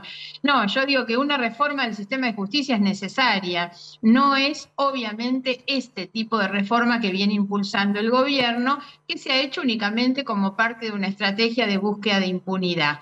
Lo que vos planteás es el deterioro muy grande de las instituciones en la Argentina. No es casual el alto nivel de desconfianza social en las instituciones, que afecta a los jueces como afecta a los políticos. Lo que debemos es no caer nunca en esa generalización. A mí no me gusta la defensa corporativa, pero tampoco la generalización, porque en el Poder Judicial, como en la política, como en el periodismo, hay gente que trabaja bien, honestamente, de acuerdo a la ley, y hay quienes están en ese límite con el delito, ¿no? Eso es lo que hay que rechazar y hay que señalarlo con el dedo, con nombre y apellido. Al menos eso es lo que yo intenté hacer y por eso a veces rechazo cuando me dicen que soy denunciadora. No, la verdad es que no denuncié tantas veces. Lo que hice fue hacerlo con precisión y convicción frente a ellos, a hechos te lo planteo, que me demostraban que eran Te lo delitos. planteo porque el argumento principal, como decía el otro día el colega Carlos Pañi de Juntos por el Cambio, es no somos lo mismo. Pero si se suceden este tipo de hechos donde aparecen empresarios, ex agentes de inteligencia, funcionarios judiciales, funcionarios del área de seguridad, haciendo cualquier cosa, y bueno, no son lo mismo, pero se le parecen cada vez más. Y eso da lugar a que efectivamente la sociedad pueda decir, bueno, miren, lo que más me preocupa hoy es el tema económico, alguien que me lo resuelva. Están viendo en la lista, no saben bien, bueno, ¿será Milei, no será, quién será? Ahora no me vengan con el tema republicano, institucional y demás, porque después se manejan como si estuvieran en una república bananera de Centroamérica o del Caribe. Y hay que demostrar estas cosas realmente en el ejercicio. A mí me preocupa muchas veces dentro de la coalición que yo integro, que es la coalición opositora en Juntos por el Cambio, es que a veces estemos demasiado preocupados por ver quién grita más fuerte en realidad, quién da una pelea más dura y hace la crítica más dura, cuando creo que ya ni siquiera deberíamos preocuparnos por eso. Este es un gobierno muy malo en realidad. La salida de ayer del presidente, del ministro de Economía, nada ayuda para ver que realmente se están preocupando por resolver los problemas de la gente que pasan hoy. Es que a este gobierno le queda un año, Margarita, y entonces la sociedad está diciendo, claro, bueno, entonces, a ver quién viene. ¿Quién viene? A esto iba, es que la coalición opositora hoy ya debería preocuparse no por pelearse más con los que están en el gobierno, sino por demostrar para qué queremos llegar, qué vamos a hacer, cómo vamos a resolver los problemas y demostrar efectivamente en el lugar que somos diferentes. Eso no debe ser una proclama electoralista. Tiene que ser algo real que nosotros podamos demostrar que no todo es igual, que estamos dispuestos a respetar las instituciones, pero hoy, por sobre todas las cosas, resolver los problemas de la gente que pasan por otro lado y no por la condena de Cristina. Margarita, gracias, muy amable. Ahí está Margarita Stolbizer, bueno, contando un poquito lo que está sucediendo con el fallo. Dejo picando para después de la tanda, Federico Zapata, la pregunta de si puede haber sorpresas electorales el año que viene, en términos de cuáles son las ofertas políticas, ¿no? Ahora hay una indefinición muy grande, quién va a ser en el Frente de Todos. Hay una indefinición, quién va a ser en Juntos por el Cambio. Una indefinición también muy grande respecto a si va a jugar, no va a jugar Macri, y en todo caso quién va a ser. Y el único que está corriendo definidamente hace rato, y algunos dicen tal vez demasiado pronto, es Milei, que ha dicho que quiere ser presidente y que quiere terminar con esta casta que de una manera u otra funciona de la misma manera. De hecho, la reacción de Milei ha sido, bueno, esto sirve para que Juntos por el Cambio ya no se esté mirando en el espejo de Cristina para argumentar que son la única salida, ¿no? Esta fue lo que planteó Milei. Milei está mirando para adelante, digamos, no está mirando en la discusión del pasado. El mensaje que dio ayer fue para Juntos por el Cambio, no para al kirchnerismo o al Frente de Todos, a quien considera fuera de juego. Entonces, cuando hablamos de la tanda, me gustaría, ¿cómo es esto? Si efectivamente quedó fuera de juego el Frente de Todos o si puede haber sorpresas en el escenario 2023. Ya vamos a hablar con Mariano Oliveros qué está pasando con la selección argentina y el partido de mañana frente a Países Bajos. Había quedado picando Federico Zapata si puede haber sorpresas el año próximo, en el 2023, a partir de Cristina diciendo no voy a ser candidata a nada, ni a senadora en la provincia de Buenos Aires, obviamente candidata presidencial tampoco, pero a nada, es decir, no va a estar en ninguna lista. Yo creo que están hoy dadas las condiciones para que el sistema se fragmente. Lo que no entendemos todavía cómo se va a mover esa fragmentación, pero eso tiene dos condiciones. La primera es el problema de competitividad del Frente de Todos, porque Cristina sintetizaba pero no absorbía la totalidad de la representación del peronismo, por lo tanto dejaba a ella, aún participando, la posibilidad de que un peronismo por fuera jugara. Y Juntos por el Cambio, la dificultad que tienen es que los liderazgos, digamos, de lo que se denominan halcones, probablemente no te sintetizan los votos de lo que se denomina las palomas, y en el caso de imponerse las palomas no te fidelizan los votos de los halcones, con lo cual el sistema tiene condiciones de fragmentación. ¿Cómo se expresa eso? Bueno, está la figura de Milei, que es una figura, digamos, que sigue siendo relevante. Hay que ver dos dinámicas, la capacidad financiera y organizativa para sostener una elección nacional. Las elecciones nacionales son elecciones caras y difíciles organizativamente. Entonces Milei no tiene ninguna gobernación, ninguna intendencia poderosa para sostener una carrera, pero tiene votos hoy para sostener una competencia importante. Hay que ver qué pasa en Juntos por el Cambio, cómo se termina resolviendo la interna entre lo que expresa de alguna manera el centro, digamos, de la reta y el radicalismo versus Macri y Bullrich, si eso se mantiene junto con Cristina fuera de la escena. Y te diría, hay que ver cómo le va a Massa para ver si tiene posibilidad de reconstruir un centro, y si eso no existe, y Massa no lo logra hacer, bueno, ahí obviamente que los gobernadores probablemente acudan al plan de Schiaretti, que es un plan, digamos, de ir por fuera del Frente de Todos, pero es de alguna forma una ambulancia para el peronismo subnacional. O sea que, digamos, las condiciones para un escenario 2003, si querés, están. Porque hoy alguien con 23 puntos se te puede meter en un balotaje y te puede ganar la elección. Es decir, de gran fragmentación política. Están las condiciones para la fragmentación. A partir de esto salió a hablar Larroque, la Cámpora, bueno, distintas manifestaciones. Cande. Exactamente, Maxi, porque el Cuervo Larroque, que fue el primero que había hablado de que Cristina fuera candidata, hoy hizo declaraciones y dijo que él cree, conociendo a Cristina Fernández de Kirchner, que la decisión de no ser candidata es terminante. Lo dijo así, como diciendo, no hay vuelta atrás. Esto que decíamos recién hace un ratito, de si era una pausa y ella tal vez podría revivir la ilusión de ser candidata más adelante. Para él, esta es una decisión terminante y terminada que Cristina Fernández de Kirchner anunció de que ya no va a ser candidata el año que viene. Lo dijo él, es el ministro de Desarrollo Social en la provincia de Buenos Aires y líder de la Cámpora, que fue un poco el sector que venía impulsando este operativo Clamor, que culminó con el último acto que se hizo en La Plata, en el que parecía casi un lanzamiento de campaña, ¿no? Casi un lanzamiento de Cristina candidata, aunque nadie se atrevió a decirlo y ella jamás lo puso en su boca, no dijo, voy a ser candidata. Bueno, creo que la decisión de Cristina de no ser candidata es terminante, dijo Andrés el Cuervo Larroque. Hay danza de candidatura ya en el Frente de Todos. Sí, porque por supuesto ya hay anotados de todo tipo. Decimos, por más que diga que no y asegure que no y que se lo prometió a su familia y que no le puede faltar en su palabra, Sergio Massa es uno de los posibles candidatos, por supuesto. Después tenemos a Guado de Pedro, que está impulsado más que nada desde el cristinismo más puro, pero lo charlábamos recién con Federico, es como todavía no tiene el nivel de conocimiento a nivel nacional el ministro del Interior, si bien ha empezado a recorrer todo el país y se ha mostrado incluso fuera del país como un presidenciable, todavía parecería que esa candidatura está un poco verde. Otro que se anota en la carrera alargada es Juan Mansur, jefe de gabinete, que un poco vino a ser jefe de gabinete acá a Buenos Aires con esa ilusión, aunque ahora parecería, habría que ver ahora cómo reviven todas estas situaciones, porque en las últimas semanas estaba más para volver a Tucumán y ser candidato a vicegobernador en Tucumán que otra cosa. No son los únicos, por supuesto. El Sergio Uñac de San Juan también podría ser una posibilidad. Y en un peronismo que está fuera del Frente de Todos y es bastante autónomo, me atrevo a decir ya casi como coterránea, que el peronismo de Córdoba funciona hoy casi como un partido provincial. Juan Schiaretti también alienta sueños de la presidenciable en alianzas con algunos otros sectores, más alejados del Frente de Todos. Y referente de la oposición celebraron la condena a Cristina Fernández de Kirchner. Ah, sí, casi todos comunicaron por tuit. Vamos a ver si los tenemos ahí en plaquitas para mostrártelos. El primero de ellos fue Horacio Rodríguez Larreta, que redactó una especie de comunicado basado en una premisa que dice: era impunidad o justicia y se hizo justicia. Ahí lo estamos viendo.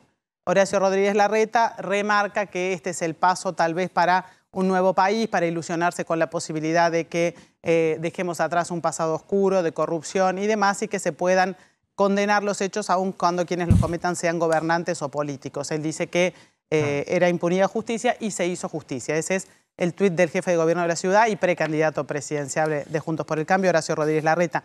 Un poco más dura y más escueta fue Patricia Bullrich, que lo que dijo fue: será justicia cuando Cristina Fernández de Kirchner devuelva toda la plata que robó y vaya presa por los delitos cometidos. Mientras, seguiremos atentos y sin bajar la guardia. El kirchnerismo no puede ser subestimado, su capacidad de daño no tiene límites. Defenderemos a nuestra patria de estos ladrones. Esa es Patricia Bullrich, que fue también alguien que enseguida salió a colocar su tuit.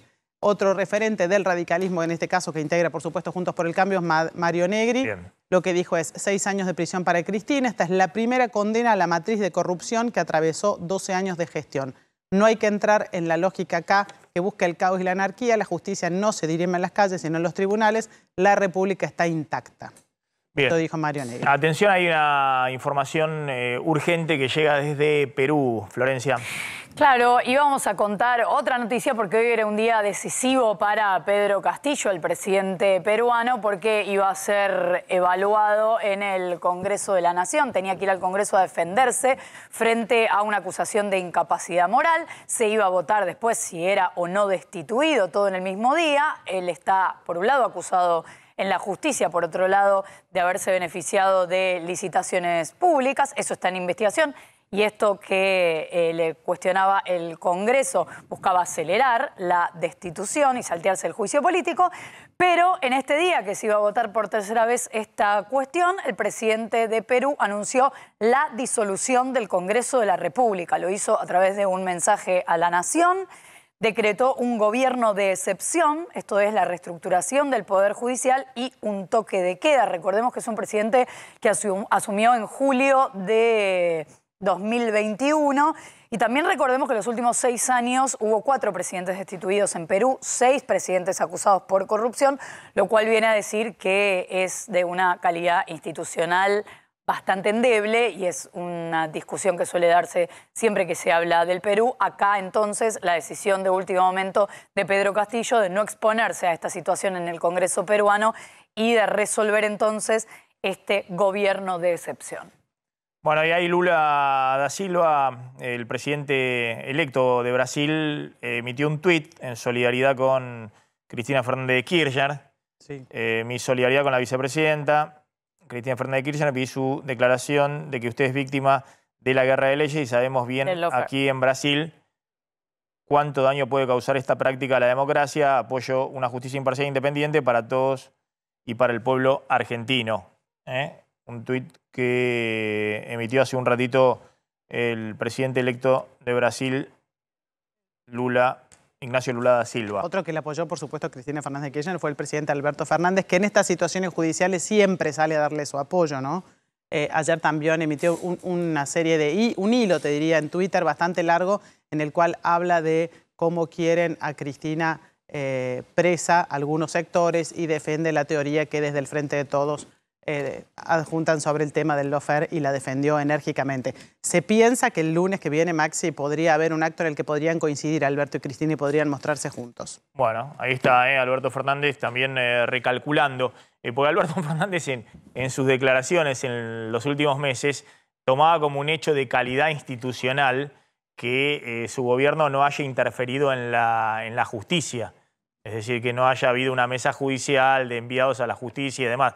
Entonces, de alguna manera, para la historia, en el gobierno de Alberto Fernández, vamos a ver cuando esté dando conferencias dentro de algunos años en universidades o en el mundo, si no resalta el hecho de que en su gobierno la justicia haya fallado condenando a la vicepresidenta como una señal de que no se entrometió en la justicia, ¿no? De hecho, muchos comentan que esta era parte de la tensión que había en la primera etapa del kirchnerismo, donde Alberto Fernández miraba para otro lado mientras avanzaban las distintas causas judiciales. No había enviados directos del presidente a ver a los jueces. De hecho, antes de amigarse con Cristina, era uno de los que hablaba en los medios de este tema, criticando a la que ahora es la vicepresidenta. Exactamente.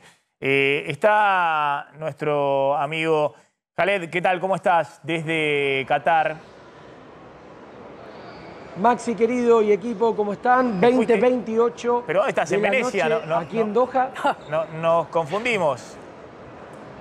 Sí, parece que es de día, ¿no? Pero estamos en un lugar que es cubierto, un shopping que se llama Villaggio, que recrea el que está en Las Vegas, recrea como una mini Venecia, como si estuviésemos en Italia, toda una mezcla de países, pero estamos en Doha, Qatar, esperando el partido del viernes de la selección argentina. La información que no sé si la habrán dado. Es espectacular el paisaje que vos mostrás, porque claro, bien al estilo yankee, bien al estilo Las Vegas, ¿no? Es todo cerrado el lugar donde estás, pero claro, por lo menos en ese plano que veíamos, parecía que estabas al aire libre de día y estás dentro de un shopping a la noche en Doha, bien al estilo suntuoso de Las Vegas, ¿no? En una recreación de Venecia. Ahí están las góndolas. Totalmente. Sí, esto es lo que ocurre en Doha, que hacen muchas recreaciones de distintos lugares, pero lo llamativo es que parece de día y no es de día, y parece que estamos a cielo abierto y no lo es. Quizás el que conoce un poco Medio Oriente y en especial Qatar sabe que no hay días nublados. Entonces puede decir, che, pará, esa foto con tantas nubes es rara, ¿de dónde será? Pero te digo que los que suben a las redes sociales, cuando la retocan un poquito, parece que están de día. Y mucha gente que sube acá, a estos puentes, a hacerse fotos, como estamos viendo acá a los chicos, para tener un recuerdo. Se ve que son mexicanos, que se están sacando las fotos espectacular para el shopping, disfrutar. La foto en el shopping, me quiero matar. Sí, es espectacular el shopping. Matar. Es muy lindo porque además están las marcas populares, pero también unas marcas de lujo, como las que podemos ver porque recrean a la tienda Víctor Manuelle que está en Milán, y es como que tiene un poco de todo este lugar. Vas mezclándote del oriente, lo europeo, mucha mezcla, un patio de comida con una amplia variedad, tiene una pista de patinaje sobre hielo también. Bueno, infinidad de cosas que ya le hemos mostrado en otras salidas en A24 y demás, pero ahora dijimos, bueno, con Maxi vamos acá arriba como para tener una panorámica del lugar. Espectacular, Khaled. ¿Y qué pasa con el Mundial? ¿Cómo sigue esto? Bueno, algo que estuvimos hablando con varios argentinos es que desde que terminó el partido versus Australia y esperando el partido de Argentina con Holanda, que será el viernes 10 de la noche, hora catarí, en el estadio de Lusail, es ¿qué hacemos en Qatar? ¿Por qué? Porque es un país que en 2 días lo podés recorrer. Imagínate nosotros que estamos hace casi un mes y medio, ya mostramos absolutamente de todo. Y los argentinos dicen, che, estoy aburrido. Porque vas a la playa, a un shopping, a la excursión al desierto, al Souk Waqif, que ya hemos salido, y después medio que es un país muy chico, esto siempre lo hemos dicho. Entonces algunos se fueron a Dubái, otros con la espera se quedan descansando, pero es una espera muy eterna. Y la información, que no sé si la habrá dado Mariano, si la estuvieron diciendo, es que Rodrigo de Paul tiene grado 1 en un desgarro, ¿no? Grado 1 que no es tan preocupante, pero bueno, enciende las alarmas de todos los que vimos al jugador del Atlético de Madrid, que lo está haciendo muy bien, por lo menos en los últimos partidos de la selección argentina, siendo figura. Acá está Mariano, a ver, lo sumo, Mariano. Sí, esa es la noticia que hay de último momento de la selección argentina. Rodrigo de Paul sufrió una molestia muscular. Todavía la selección argentina no emitió ningún comunicado. Hay una molestia muscular concreta que hizo que Rodrigo de Paul tuviera que ser apartado del grupo y entrenar de manera diferenciada. Aparentemente fue cuando pateó una pelota. Incluso hay algunos que han llegado recientemente, dicen que para este tramo final le tienen fe a la selección. Hay muchos que han llegado en estos días o en estas horas. Sí, la información que tenemos por los argentinos que nos paran, que estuvieron siguiendo toda la programación de A24 y de América, es que vinieron, pero sin entradas. Vinieron a ver qué pasa. Hoy justo en este shopping me encontré una chica, Alejandra, que muy amablemente nos dijo, bueno, que nos seguía y demás, y que vino sin entrar y me dice, Jale, ¿dónde puedo conseguir? Bueno, la información que siempre nosotros damos, de hecho estuvimos cubriendo hace unos días, que es el Centro de Convenciones FIFA, donde allí se pueden comprar los tickets, que es como una especie de Plaza Rivadavia o Parque Rivadavia, como le decimos nosotros, donde ahí se juntan aficionados para, che, te vendo esta entrada o te hago un cambio. Tengo cuartos o semi condicional, te la cambio por esto, por lo otro. Bueno, esa es de la manera que puedes hacer, porque si por FIFA querés aplicar, muy difícil, tenés que refrescar la computadora, darle refresh al celular y están difíciles. Se están consiguiendo en la reventa hoy. ¿Por qué digo hoy? Porque mañana jueves esto cambia y ni hablar viernes previo al partido. A veces si la demanda es mayor, bueno, los precios pueden llegar a subir y si la demanda es menor, empiezan a bajar. Estaban oscilando entre $1.000 y $1.500. Wow. Yo para mí van a bajar porque el estadio Lusail es de capacidad para 80.000 personas. Entonces, es un número, hoy $1.000 son 320.000 pesos. No, bueno, para nosotros, Maxi, nosotros digo en general los argentinos, si empezamos a convertir, la pasás mal, porque es todo imposible. Mismo ahora que se fueron muchos aficionados, en este shopping cuando dimos vueltas, no sabés cómo bajaron los precios a la mitad. Y aún así para nosotros sigue siendo caro. Es caro. ¿A cuánto estás haciendo la conversión? $200, ¿están 100? ¿A cuánto estás haciendo la conversión del dólar? ¿Qué haces? ¿Calculás por 300? Sí, no quiero ni pensar cuando llegue a Argentina la tarjeta. Porque vamos por 300 el dólar tarjeta hoy ya está en 3.54. Si pagás con tarjeta, el dólar tarjeta está hoy en 3.54.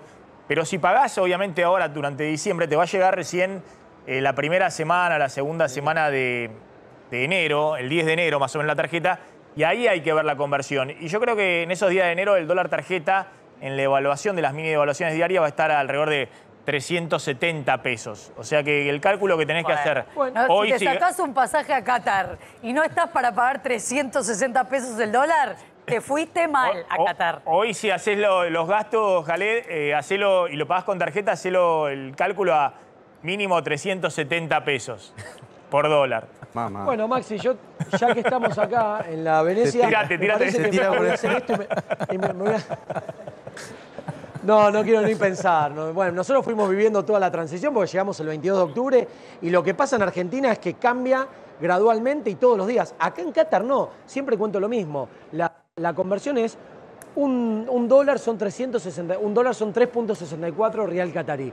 Y acá estaba en marzo el mismo precio y sigue igual. Es como que la economía no se mueve en relación a lo que es la diferencia. Pero claro, nosotros como argentinos, sí, me pusiste mal ahora. A 3.70 ya te empieza a salir caro hasta el shawarma ese barato. De 10 euros. Que compras ahí por no sé qué barrio. Estoy más flaco, no estoy comiendo. El sándwich. La dieta catarí. El sándwich ese barato que compras en las afueras de Doha. Sí, no, y aparte, Maxi, te muestro rápido que tengo una viandita que nos traemos con, mira, pelota de fútbol por si hay que hacer un móvil y empezar a hacer jueguitos. Así hay que demostrar las habilidades. Y después... Ahí tenés la vianda. Siempre. Y acá tengo, bueno, ya... Está muy bien. Ya comí algunos. Con eso tirás para el día. Frutos secos, dátiles. Las dátiles, espectacular. Mi merienda. Con eso es por si te perdés en el desierto. Sobrevivís un par de días. Qué pobreza.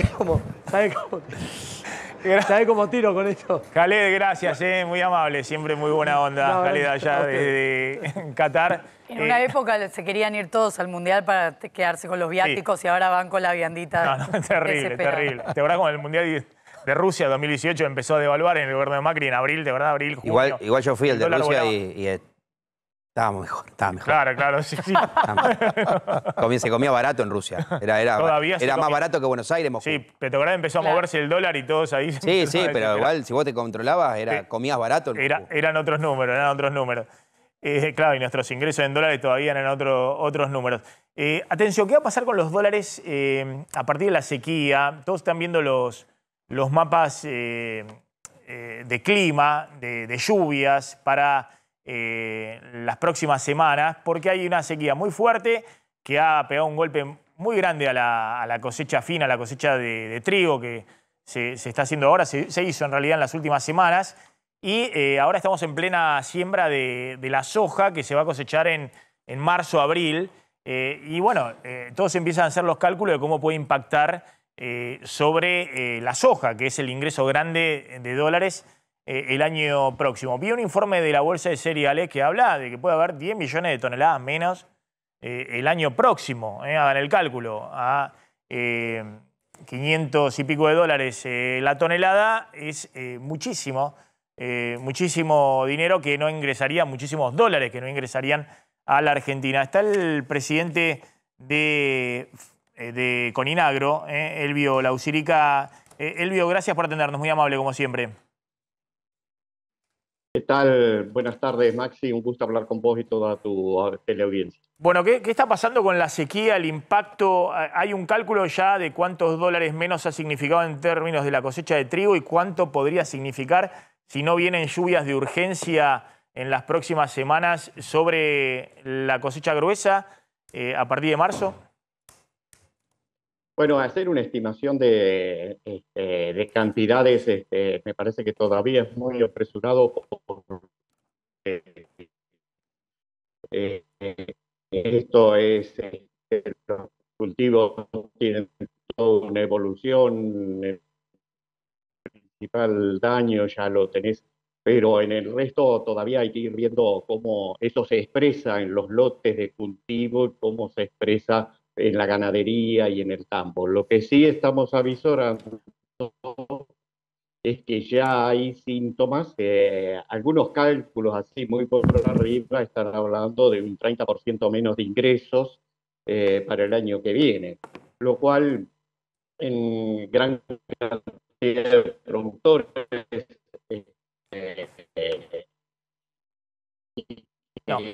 muchas veces no, tengo un problema técnico, a ver si lo podemos corregir.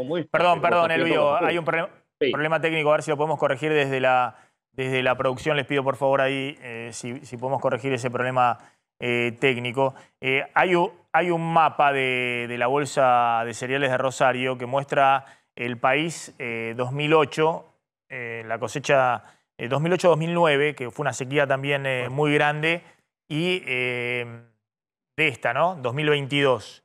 Y dicen que, ojo, que esta puede ser la peor sequía en las últimas décadas.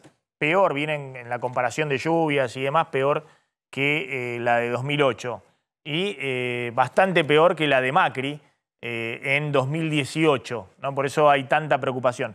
También es cierto que con estos precios internacionales de la soja, la Argentina ha tenido el récord de liquidación este año, arriba de 37.000 millones de dólares, para que y todavía no terminó el año, pero bueno, es poquito lo que entra ahora, hasta noviembre. Durante todo el 2018 en el gobierno de Macri entraron 18.000 millones de dólares, es decir, que estamos 20.000 millones de dólares más, y aún con un recorte fuerte, si se mantienen estos precios internacionales, en la Argentina siguen entrando muchos dólares. Pero bueno, quería chequear un poco esos dos mapas que hay dando vuelta. Simplemente, a ver, Elvio, si podemos reconectar. Me decías, sí, te escucho. Sí, con respecto a lo que vos decías, esta es una sequía muy importante.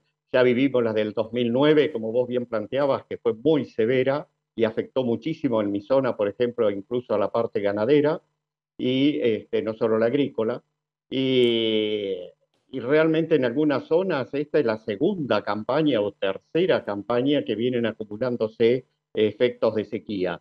Así que evidentemente este año, si bien es muy difícil aún estimar cuánto es la pérdida, sí lo vamos a sentir en los bolsillos de los productores, pero también en los pueblos del interior, porque esto va a afectar al comercio y la producción de los pueblos del interior, donde los talleres, los albañiles, todos van a sentir esta merma en los ingresos por falta de producción.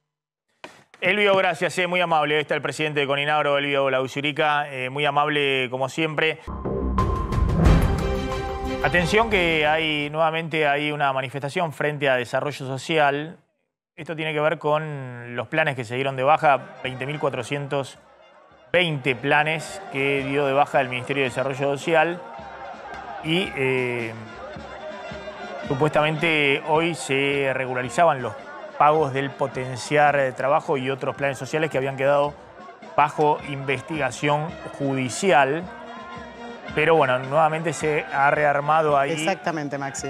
La manifestación frente a Desarrollo Social. Están allí frente a la 9 de julio, a pesar de que ayer habían levantado la movilización porque se confirmó el pago de los planes sociales en el día de hoy, exceptuando estos que el Ministerio de Desarrollo Social había confirmado que tenían algunas irregularidades y que eran unos 20.420 planes. Ayer decía Beliboni que nunca había pasado un número tan grande, pero que cada tanto había bajas y que tenían que ver en qué consistía. No sé si está Beliboni acá. Pero además hay otra manifestación muy cerca de ahí porque hoy había asambleas en todo el país del sector de Juan Grabois y una de ellas era en el Obelisco para evaluar también los pasos a seguir.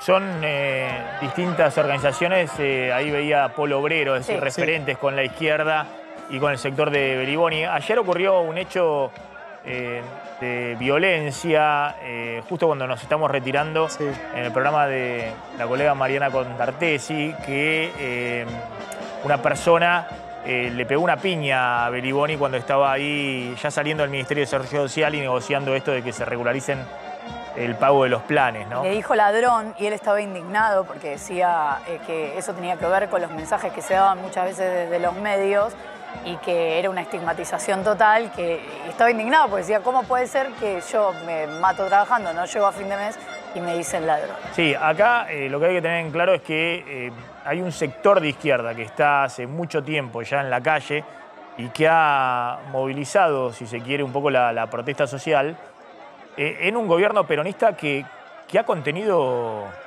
la verdad que de manera muy llamativa la protesta social durante todo este tiempo, ¿no? Con 100% de inflación. La única protesta social que hemos visto son permanentemente estos sectores de izquierda referenciados con el Polo Obrero, con Beliboni, es decir, los movimientos piqueteros que no están alineados con el oficialismo, que también buscan quitarle votos al oficialismo por izquierda, ¿no? Y que de hecho se lo están quitando en el conurbano. Sí, totalmente. Ha crecido. Hoy está fuerte la izquierda y esta situación que estábamos analizando de la posibilidad de una Cristina no candidata, si no hay un reemplazo, digamos, por ejemplo, como Massa, no te contiene ese voto que podría, digamos, ir hacia la izquierda. Por eso el sistema está en un estado de fluidez muy alto, digamos, ¿no? Pasa lo mismo con un Juntos por el Cambio, sin una Patricia Burrich, sin un Macri, con votos que podrían ir hacia Milei, digamos.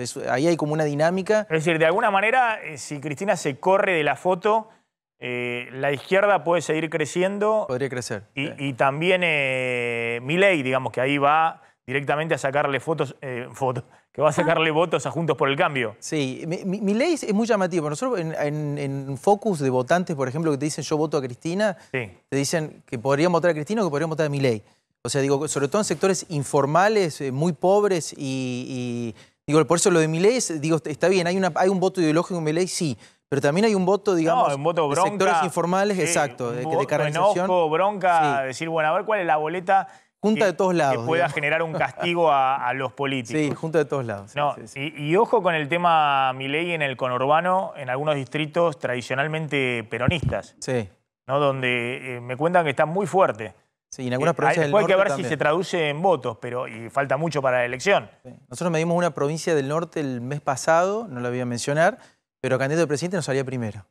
Milei en una provincia del norte que es habitualmente peronista. Voto peronista. Sí.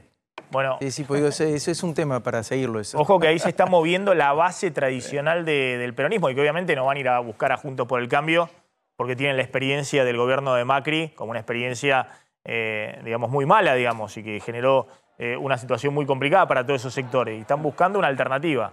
Y hoy la alternativa que crece es la de Milei. Está Adrián Saque en Estados Unidos. Adrián. ¿Qué tal, Maxi? ¿Qué tal, Maxi? ¿Qué tal, querido equipo? Bueno, y acá estamos también, ¿no?, con bastante incertidumbre política, en realidad de decisión política, no tanto de quienes van a gobernar en el futuro, ¿no? En este caso se trata de una muy llamativa declaración de Biden sobre un tema que es una gran deuda que tiene este gobierno demócrata, supuestamente más cercano a los inmigrantes y siempre con un arsenal de soluciones más, un abanico de soluciones más amplia en cuanto a temas de inmigración, particularmente la inmigración ilegal. Recordemos todas las controversias que hubo durante la época de Donald Trump con la financiación de la construcción de un muro en la frontera entre Estados Unidos y México. Bueno, ¿qué pasó? Hasta ahora, desde que asumió Biden en enero de 2021, nunca el presidente fue hasta ahora a la frontera de Estados Unidos y México y nunca tuvo una política de cambio respecto a lo que venía instrumentando Donald Trump, conocida como Título 42, que es la deportación automática de todos aquellos inmigrantes o potenciales migrantes que quieran ingresar a los Estados Unidos. Una política represiva, de devolución automática, digamos, ¿no? Bueno, no solamente se mantuvo la disposición de Donald Trump, sino que también aumentó el número de gente que quiere pasar la frontera hasta 250.000 por mes. Ya llevamos en el año fiscal 2.760.000 personas que fueron devueltas a México. Muchos de ellos, atención, y esto llama mucho la atención, venezolanos. Venezolanos es el contingente que más ha crecido, aunque siguen predominando los centroamericanos. Pero bueno, ¿qué dijo Biden? Cuando se enteraron de que iba a ir a inaugurar una nueva planta de fabricación de microchips de capitales taiwaneses en Arizona, a solo 300 kilómetros de la frontera con México, bueno, varios periodistas le dijeron, bueno, esta es su oportunidad, ya que se acerca a la zona, va a ir a visitar la frontera, va a ir a hablar con la gente, va a ir a interiorizarse sobre cuáles son los procedimientos que tiene la policía fronteriza, la policía migratoria, y él dijo, no voy a ir. Hoy hay temas que para mí son mucho más importantes que este de la migración. Bueno, ya pasaron las elecciones, ¿no? Ayer tuvimos las últimas, que quedó un balotaje por el Senado que le terminó de dar la mayoría al partido gobernante, el de Biden, ¿no? Bien. Justamente el Partido Demócrata. Y entonces uno puede tener la piel un poquito más gruesa, ¿no? Adrián, gracias, muy amable como siempre. Ahí estaba Adrián Sack desde Estados Unidos. Está la noticia de que el Banco Mundial, llega de Washington esta noticia también, aprobó un crédito de $200 millones para mejorar la inclusión digital, un préstamo para dar apoyo digital a 700.000 argentinos, pero lo importante, y por eso lo anuncia el Ministerio de Economía, son $200 millones más para la Reserva del Banco Central. Es decir, Massa quiere mostrar en este fin de año que fortalece la Reserva del Banco Central con el dólar soja, que puede acumular ahí 2.500 millones de dólares para las reservas. Ya van 650 millones en la primera semana. Un préstamo del BID que desembolsaría 500 millones de dólares y este préstamo del Banco Mundial de 200 millones de dólares. Nos estamos retirando. Ahí ven en la ventanita acá. Ahí, sí, ahí se ve en la ventanita.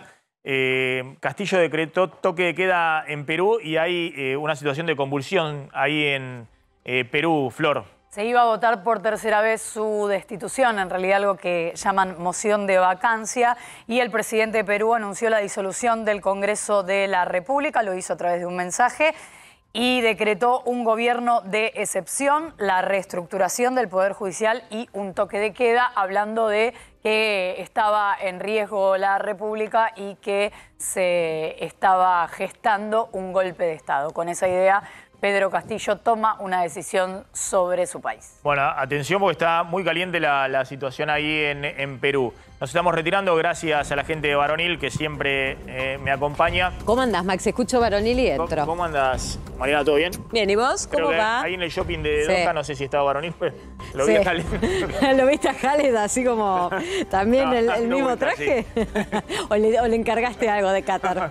Sí, del shopping veneciano, ¿viste lo que era fastuoso? No, era una locura, una locura. Bueno, escuchame, es una tarde, ¿qué tarde? Sí. Ayer con el tema de Belibón. Terrible. Todo, no, pero aparte le dieron una trompada. Sí, estuvo ahí, estuvo a 24 en el momento Estaba todo caldeado. Sí, justo. Pero bueno, hoy está un poquito más tranquilo, pero de todas maneras está todo... ¿Me entregás la tarde tranquila, Maxi? No, hasta el día después de Cristina condenada tenés un montón de temas. Estoy viendo Perú. Hay bastante. Escúchame, el saco muy lindo, todo muy lindo, pero... Mirá, un verde, estamos en los verdes. Mirá qué estamos así, con mineta. Pero escucha, con esta temperatura, lindo el saco, pero el saco...